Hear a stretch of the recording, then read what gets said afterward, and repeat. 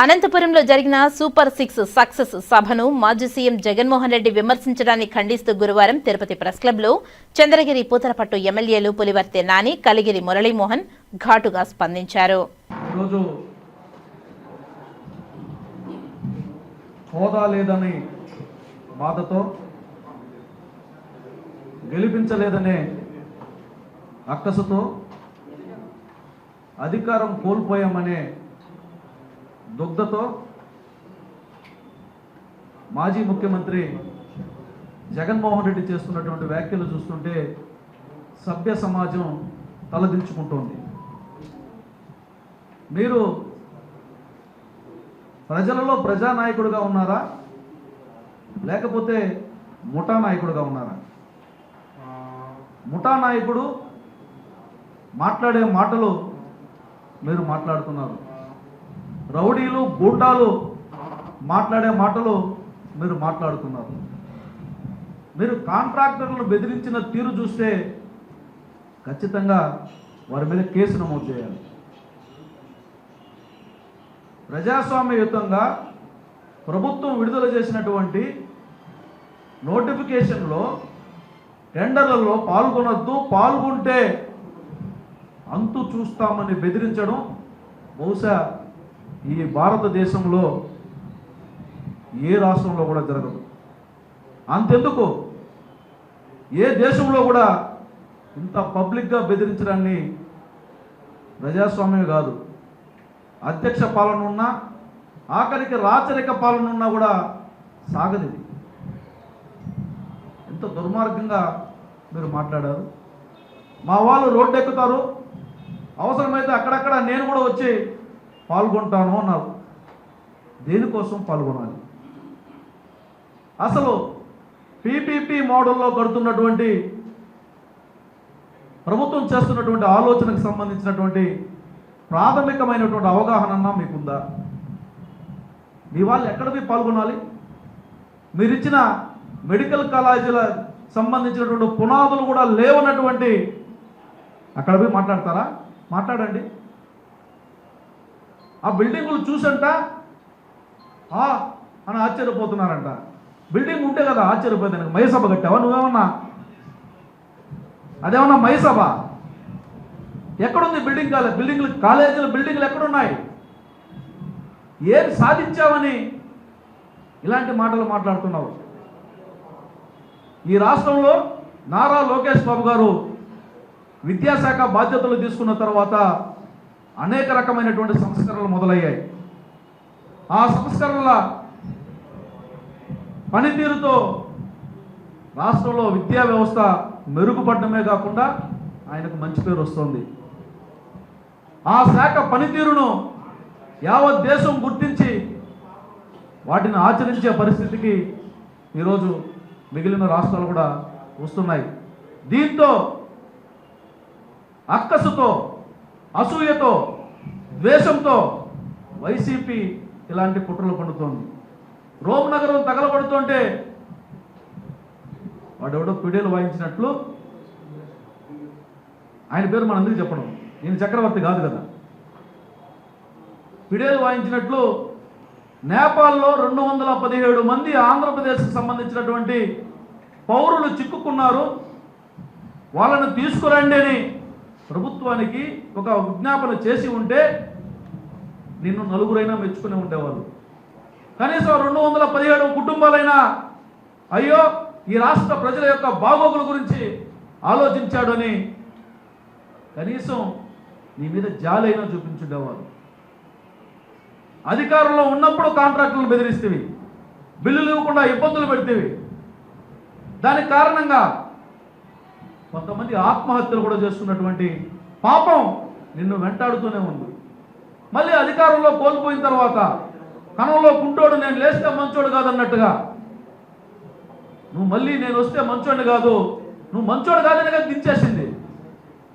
నేను మళ్ళీ వస్తే మంచోడు కాదు, మీ పీకలు కట్ చేస్తా, తోకలు కట్ చేస్తా, మీకు కాంట్రాక్టులు రద్దు చేస్తా అంటే నువ్వు అట్లాంటివి చేసేవనే దించేశారు. మళ్ళీ ఎందుకు వస్తారు తెలుసుకుంటారు? ప్రజలు ఏమన్నా అమాయకులా? నువ్వు దుర్మార్గుడు అనే, నువ్వు రాక్షసుడు అనే, నువ్వు లాక్కుంటావనే, పీక్కుంటావనే ధ్వంసం చేస్తామని నిన్ను దించి తరివేశారు. మళ్ళీ నేను వస్తే అదే పని చేస్తానంటే నిన్ను రానిచ్చేది ఎవరబ్బా? ఒక బాధ్యతాయుతమైనటువంటి ప్రజాప్రతినిధి ఏం చేస్తారన్నది లోకేష్ బాబు గారిని చూసి నేర్చుకో.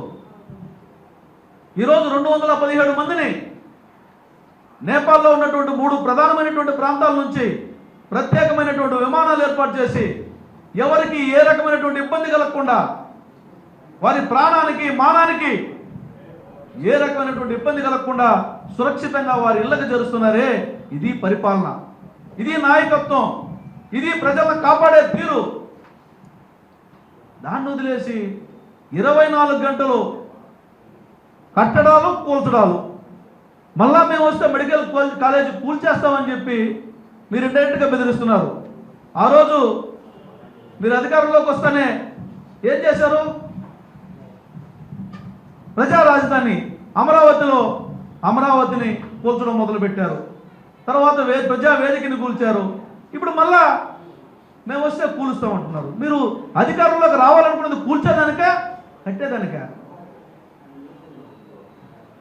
మా నాన్న చెప్పినట్టుగా నిన్న ఫ్రస్ట్రేషన్ తీవ్ర స్థాయికి పోయినట్టుంది. సూపర్ 6 సూపర్ హిట్ అయ్యా. ఎక్కడైనా కూడా ఒక పార్టీ తన యొక్క మేనిఫెస్టోలో ఒక స్పష్టమైనటువంటి హామీని ప్రకటన ఇచ్చిన తర్వాత 5 ఏళ్ల కాలం ఉంటుంది వాటిని అమలు చేయడం కోసం. కానీ ఈ కూటమి ప్రభుత్వం, నారా చంద్రబాబు నాయుడు గారి నేతృత్వంలోని కూటమి ప్రభుత్వం ఇచ్చిన సూపర్ 6 హామీలని 15 నెలల కాలంలోనే పూర్తి చేసి సూపర్ హిట్టే కాదు, సూపర్ డూపర్ బంపర్ హిట్ కొట్టి ఈ రాష్ట్ర ప్రజానీకానికి, ఈ దేశ ప్రజానీకానికి హామీలంటే ఎలా ఉంటాయి, వాటిని నెరవేర్చడం అంటే మా వల్లనే సాధ్యమవుతుందని నిరూపించినటువంటి ఘనత ఈ కూటమి ప్రభుత్వానికి. దాన్ని చూసి అక్కసుతో, ఆవేశంతో ఏవేవో మాటలు మాట్లాడారు నిన్న జగన్మోహన్ రెడ్డి గారు. అయ్యా జగన్మోహన్ రెడ్డి గారు, మీరు ప్రజల యొక్క బాగోగుల గురించి ఆలోచిస్తున్నారా, లేకపోతే ఇంకా మీ ధనదాహాన్ని గురించే ఆలోచిస్తున్నారా? చెప్పండి. ఈరోజు వాళ్ళ పత్రికలో రాశారు, పబ్లిక్ అంతమంది ఉంటే కూడా పిచ్చి రాతలు రాశారు. ఎంతమంది ఉన్నారు మీ కంటికి కనపడలేదా? మరి పబ్లిక్ ఒక ప్రాంతం నుంచి ఒక ప్రాంతంలోకి రావాలంటే అమీబాలాగా పట్టీలు కొడతా వస్తారా? బస్సులోనో, ఆటోలోనో, సైకిల్లోనో, స్కూటర్లోనో, రైలులోనో ఎక్కడి నుంచో వస్తారు. బస్సులో వచ్చిన వాళ్ళు కూడా తోలుకొచ్చినట్టు ఎత్తులా చల్ చల్ చా చా అని తోలుకొచ్చేదానికే. తిక్క మాటలు కదా ఇవే. నువ్వు సభలు పెడితే పల్టీలు కొడతా వస్తారా? మినిమం కామన్ సెన్స్ ఉండాల్సిన అవసరం లేదా? తోలుకొచ్చేదానికి 10 మంది 20 మంది సూపర్ 6 సూపర్ హిట్ కొట్టారని మా బాలకృష్ణ గారు అఖండ సినిమా రిలీజ్ ఫంక్షన్ పెడితే, పవన్ కళ్యాణ్ గారు సినిమా రిలీజ్ ఫంక్షన్ పెడితే ఏ విధంగా అయితే తండోపతండాలుగా వస్తారో సూపర్ 6 సూపర్ హిట్ అని మీటింగ్ అంటే బస్సులు వేసుకొని, రైళ్ళు వేసుకొని, కార్లు వేసుకొని, స్కూటర్లు వేసుకొని, ఆటోలు వేసుకొని నీ బయట పిచ్చోడేమన్నా అనుకుంటారు, పరిగెత్తుకుంటా నడుచుకుంటా వచ్చిన కూడా ఉన్నారు. దాన్ని తోలుకొచ్చినారు. ఏం మాట్లాడుతున్నారు మీరు? మిమ్మల్ని అమాయకత్వం అనుకోవాలా, అసూయతో అనుకోవాలా, అపరిపక్వత అనుకోవాలా, మూర్ఖత్వం అనుకోవాలా, ఏమనుకోవాలో అర్థం కానటువంటి స్థితిలో ఈ రాష్ట్ర ప్రజానీకం ఉన్నారు. దయచేసి మీరు ప్రజాస్వామ్యయుతమైనటువంటి రాజకీయాల్లో ఉన్నారు. రాజకీయాల్లో ప్రజాస్వామ్యబద్ధంగానే మాట్లాడాలి. రాజకీయాల్లో ప్రజాస్వామ్యయుతంగానే మీరు చేసే చర్యలు, ఆచరణ అన్నీ కూడా ఆమోదయోగ్యంగా ఉండాలి. కాదు కూడదు, నేను ఇంతే అంటే చట్టం తన పని తాను చేసుకుపోతుంది. కేసుల గురించి రాశారు ఈరోజు. అయ్యా, ఇంట్లో ఉన్నటువంటి మనిషి బయటికి రావాలంటే పోలీసులు ఉన్నారో లేదో చూసుకొని బయట వచ్చే రోజులవి.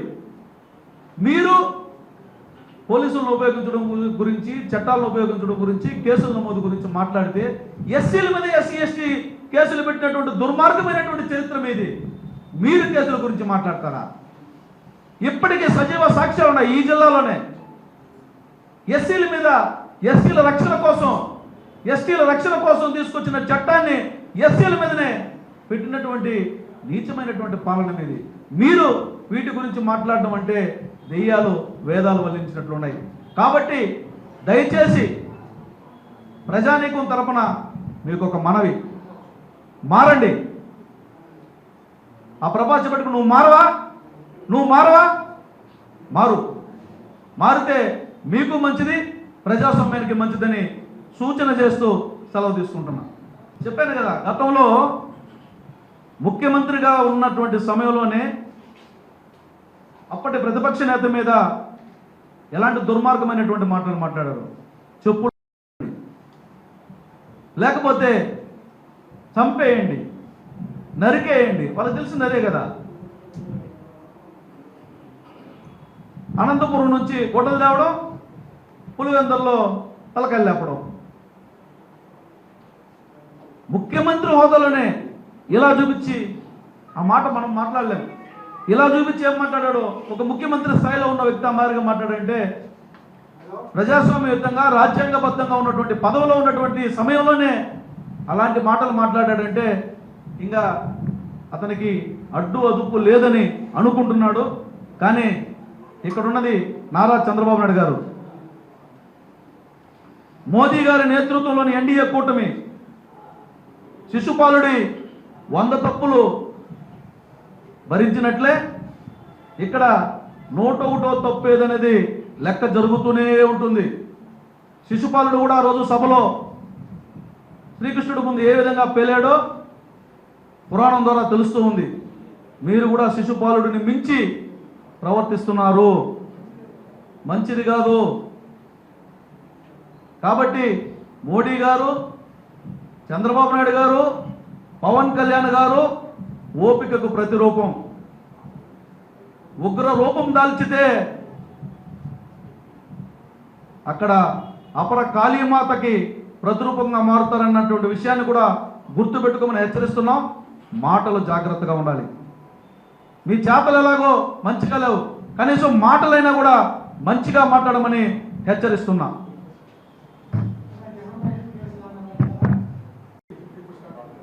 నమస్కారాలు. ముఖ్యంగా నిన్న జరిగిన అనంతపురంలో super 6 super success program super hit, కనీవిని ఎరగని రీతిలో సుమారు 4 లక్షల నుంచి 5 లక్షల లోపల ప్రజానీకం ఎక్కడికెక్కడంటే అక్కడ రోడ్లు బ్లాక్ అవటం, మేము కూడా రావాలంటే మీటింగ్ అయి బయట రావాలంటే సుమారు 4 గంటల పైన పట్టించడం జరిగింది. దీన్ని ఎన్డీఏ కూటమి తరఫున ఒక విజయం. ఈ విజయాన్ని చూసి నిన్న మీటింగ్ జరగక ముందే వైఎస్ జగన్మోహన్ రెడ్డి గారు ఏ విధంగా ప్రెస్ మీట్ పెట్టారో మీరు చూశారు. ఆయన ఆ మీటింగ్ విజువల్స్ పెట్టక ముందే గ్రౌండ్ విజువల్స్ చూసుకొని, ప్రజానీకం వచ్చేది చూసుకుని, ఆ ప్రెస్ మీట్ పెట్టిన ఆ విధానం చూస్తే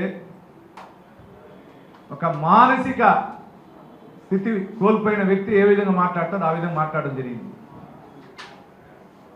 మెడికల్ కాలేజీలు ఆయన ముఖ్యమంత్రిగా ఉన్నప్పుడు శాంక్షన్ చేసిన తర్వాత కట్టని దానికి పీపీపీ మోడల్లో మా పెద్దాయన చంద్రబాబు నాయుడు గారు కానీ, డిప్యూటీ సీఎం పవన్ కళ్యాణ్ గారు కానీ, నారా లోకేష్ బాబు గారు కానీ కలిసి ప్రతి చోట మెడికల్ కాలేజ్ వస్తే కింద ground level below poverty line వాళ్ళకి కూడా చాలా ఈజీగా ఉంటుందన్న ఉద్దేశంతో చేయడం జరిగింది. కానీ నిన్న ఆయన మాట్లాడిన బెదిరింపు ధోరణి చూస్తే రాష్ట్రంలో ఎటువంటి పరిస్థితుల్లో డెవలప్మెంట్ జరగకూడదు, రాష్ట్ర ప్రజానీకం 3 రెట్లు బీహార్ విధంగా తయారవ్వాలని ఒక దృక్పథంతో జగన్మోహన్ రెడ్డి గారు ఆయన టీం ఉందని నిన్న మాట్లాడిన విధానంలో తెలుస్తా ఉంది. ఏ విధంగా బెదిరించారో మీరు చూశారు, అన్ని న్యూస్ ఛానల్స్ చూశారు, అన్ని యూట్యూబ్లో చూశారు, సోషల్ మీడియాలో చూశారు. మీరెవరైనా కట్టండి, టెండర్లా పాల్గొనండి, మేము వచ్చినాక లాక్కుంటాం, మేము వచ్చినాక దాన్ని నాశనం చేస్తాం అనే విధానం చెప్పింది. ఆయన మానసిక స్థితి ఏ విధంగా ఉందో మీరు అర్థం చేసుకోవచ్చు. అదేవిధంగా ఆయన కొన్ని మాటలు మాట్లాడాడు. చంద్రబాబు నాయుడు గారిని పవన్ కళ్యాణ్ గారిని అచ్చెన్నాయుడిని చెరువులో దూకమని. ఎరువుల కొరత. అయ్యా, ఎరువుల కొరత ఎందుకు వచ్చింది ఒకసారి ఆలోచించావా? గతంలో నువ్వు పంట పొలాలకు నీళ్ళు ఇవ్వకపోయినప్పుడు ఎక్కడ కానీ పంటలు చేయలా. ప్యాడీ రైతులకి ఇవ్వాల్సిన డబ్బు ఇలా నువ్వు దానివల్ల ఎక్కడా పాడి చేయలా. ఈరోజు ఆ పరిస్థితి లేకుండా వెనకబడిన రాయలసీమకి నీరిచ్చిన ఘనత చంద్రబాబు నాయుడు గారు దక్కింది. అదేవిధంగా వర్షదేవుడు కరుణించి రాష్ట్రంలో ఈరోజు ఎక్కడ కానీ వాటర్ ప్రాబ్లం లేకుండా ఉన్న దానివల్ల చిన్నకారు రైతుల నుంచి పెద్ద రైతు వరకు కూడా పంట పొలాలు వేశారు. అంటే మీకు చూసుంటాం, మీరు చూడాలి లాస్ట్ టైం ప్యాడీ ఎంత వచ్చింది, ఎంత ప్యాడీ వచ్చిందని. అంటే మళ్ళా రెండోసారి ఎంత వేస్తారో ఒకసారి ఆలోచించాలి. దానివల్ల అనుకున్న 3 రెట్లు యూరియా కొరత వస్తే దాన్ని ఇమీడియట్గా సెంట్రల్ మినిస్టర్ గారితో మాట్లాడి దాన్ని చేసి ప్రజలకు ఇచ్చే విధంగా స్థానికంగా ఉన్న సింగిల్ విండోల ద్వారా స్థానికంగా ఉన్నటువంటి అధికారులు అగ్రికల్చర్ అధికారుల ద్వారా కూడా ఇంజన్ చేసి చేస్తున్న ఘనత చంద్రబాబు నాయుడు దక్కింది. ఎక్కడ చేతులెత్తి కూర్చోలా. దానికి నువ్వు మాట్లాడిన విధానం చెరువులో దూకమన్నావు. అప్పుడైతే నువ్వు ఎన్ని చెరువులు దూకాలయ్యా? రాష్ట్రాన్ని 5 సంవత్సరాలు ఎన్ని స్కాములు చేశావు? ప్రజల్ని ఏ విధంగా దిగజారుతనాన్ని తీసుకుని పోయావు? నువ్వు సముద్రంలో దూకాలి, చెరువులు కాదు. కానీ ఏ రోజు మా నాయకుడు ఆ మాట మాట్లాడాల? ఏ రోజు ప్రజల్ని నువ్వు బాధ పెట్టినా ఆ విధంగా మాట్లాడాల? నువ్వు మాట్లాడిన విధానం నీకెవడు స్క్రిప్ట్ రాయిచ్చాడో, లేదా నీ మానస్థితి అదో, లేదా నిన్న సూపర్ 6 సూపర్ హిట్ సభని సక్సెస్ అవుతానని అనుకుని ముందుగానే ఏదో విధంగా డైవర్ట్ చేయాలని, ఏదో విధంగా రాష్ట్రాన్ని తిరిగి నాశనం చేయాలని దృక్పథంతో మాట్లాడింది ప్రజలు ఎవడు హర్షించరు. ఈసారి 11 సీట్లు వచ్చింది, నెక్స్ట్ 11 సీట్లు కూడా రాదు. మీకు గుర్తుపెట్టుకోండి జగన్మోహన్ రెడ్డి గారు. ఎందుకంటే రాష్ట్రం ఏ గవర్నమెంట్ ఉన్నా రాష్ట్రం అభివృద్ధి చెందితేనే, ప్రజలు అభివృద్ధి చెందితేనే అన్ని పార్టీలు బాగుంటాయి. అది లేకుండా లిక్కర్ స్కామో, హౌసింగ్ స్కామో, ఎర్రచందనం స్కామో, లేదా శాండ్ స్కామో చేసి నువ్వు నీ యొక్క కొందరైనటువంటి ఎమ్మెల్యేలో బాగుండాలనుకుంటే కుదరదు నాయన. మా చంద్రబాబు నాయుడు గారు అనుకుంటే ఈ 1.5 yearలో మీరు చేసిన బాగోతలు ఎన్నో ఉన్నాయి, ఎన్నో రకాలు ఉన్నాయి. ఎక్కడ వేధింపులు చేయలే. ఈ చంద్ర నియోజకవర్గంలో కూడా ఎన్నో చేస్తున్నారు, ఎక్కడ వేధింపులు చేయలే. ఎక్కడ కానీ కక్ష సాధింపులే. కక్ష సాధింపు అనుకుంటే వేరే విధంగా ఉంటుంది. కాబట్టి జగన్మోహన్ రెడ్డి గారు దయచేసి మీరు ఇంకైనా మన రాష్ట్రాన్ని గురించి కానీ అభివృద్ధి ఏ విధంగా పోతుందో ఆ విధంగా తీసుకొని పోయిందని చూడాలి. మీరు నిన్నన్నారు నేను కట్టలేదు అని. మీరు మెడికల్ కాలేజ్ శాంక్షన్ చేసి 4 సంవత్సరాల్లోనే కట్టలేని వాళ్ళు ఈరోజు మా ముఖ్యమంత్రి గారు పీపీపీ మోడ్లో తీసుకుని 1 year నుంచి 1.5 yearలో కడతానంటే అంటే ప్రజలకి అభివృద్ధి కోసం, ప్రజలకి ఆరోగ్యం కూడా అంత అవసరం కాబట్టి దానికోసం పోరాటం చేస్తూ ఈ విధంగా చేస్తే మీరు మాట్లాడే పద్ధతి మంచిది కాదు. నిన్న మాట్లాడిన భాష, నిన్న మాట్లాడిన తీరు చూస్తే ప్రజలు రేపు జరిగే లోకల్ బాడీ ఎలక్షన్ బుద్ధి చెప్తారు. ఇంకైనా మీరు మాట్లాడండి. మీ నాయకులు కొందరు సంబంధం లేకపోయినా టీడీపీ పైన దుష్ప్రచారం చేస్తూ హిందువుల మనోభావాలు దెబ్బతీస్తూ ముందుకెళ్తున్నారు. ఇవన్నీ కానీ మానుకోకపోతే రాబోయే కాలంలో చాలా వైసీపీ పార్టీ సోషల్ మీడియాను వేదికగానే పెట్టుకుంటారు తప్పించి పార్టీ ఉండదని కూడా తెలియజేసుకుంటూ ఈ అవకాశం ఇచ్చిన అందరికి కూడా పేరు పేరున ధన్యవాదాలు తెలియజేసుకుంటున్నాను. వ్యాఖ్యలు అయితే కదా పరువు లేనోడు మాట్లాడితే వదిలేయాలి. అదేవిధంగా మీడియా సోదరులకు ఈరోజు ఈవినింగ్ నేపాల్ నుంచి 62 మందిని తీసుకొని మన రేణిగుంట ఎయిర్పోర్ట్కి వస్తూ ఉంది. అక్కడి నుంచి కూడా గవర్నమెంట్ పరంగా ఒక 22 ఇన్నోవాలు పెట్టి వాళ్ళు పంపించడం జరుగుతుంది. ఇది నారా లోకేష్ బాబు గారు మొత్తం ఉంది. మేము కూడా ఎమ్మెల్యేలపై రిసీవ్ చేసుకొని అక్కడ ఉండేది కూడా చేస్తాం. ఈవినింగ్ 5 o'clock వస్తారని, ఒక 10 నిమిషాలు ముందైనా రావచ్చు, వెనకాల రావచ్చు. అది ఒక 62 మంది మన రాయలసీమకు సంబంధించిన వాళ్ళు.